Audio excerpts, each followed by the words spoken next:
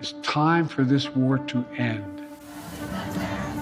President Biden set out a peace proposal and ceasefire offer from Israel.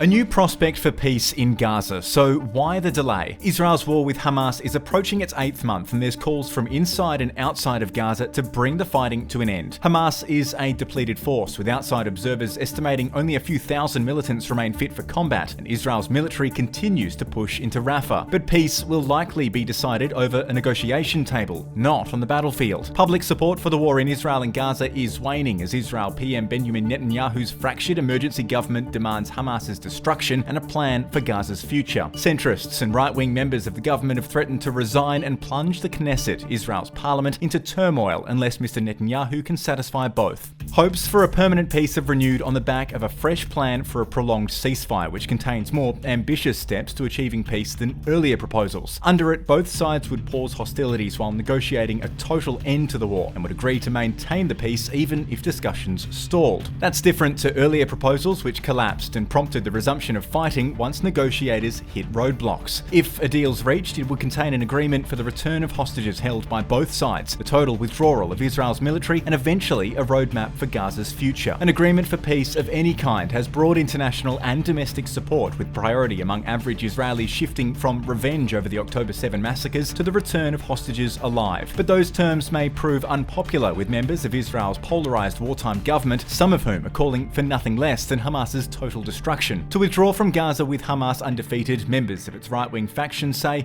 would be a humiliation. Hamas, meanwhile, is unlikely to agree to any deal requiring the surrender of its leadership into detainment or exile. 8 months in, and Israel has failed to fulfill any of its war goals and is under increasing pressure to meet them and end the war. For Mr. Netanyahu, accused of prolonging the fighting for his own personal benefit, ending hostilities puts him at risk of criminal prosecution. For Hamas's leader Yahya Sinwar, believed hiding among Gaza's ruins, peace could be at the cost of his power, freedom, or life. For ordinary Israelis and Gazans, the war continues unabated, and fears for the future are front of mind. Those Israelis living near the border, many of whom fled after the October attacks, are anxious a peace without the removal of Hamas may lead to inevitable future violence. For Gazans who've seen their city and communities destroyed, famine is among the more immediate threats.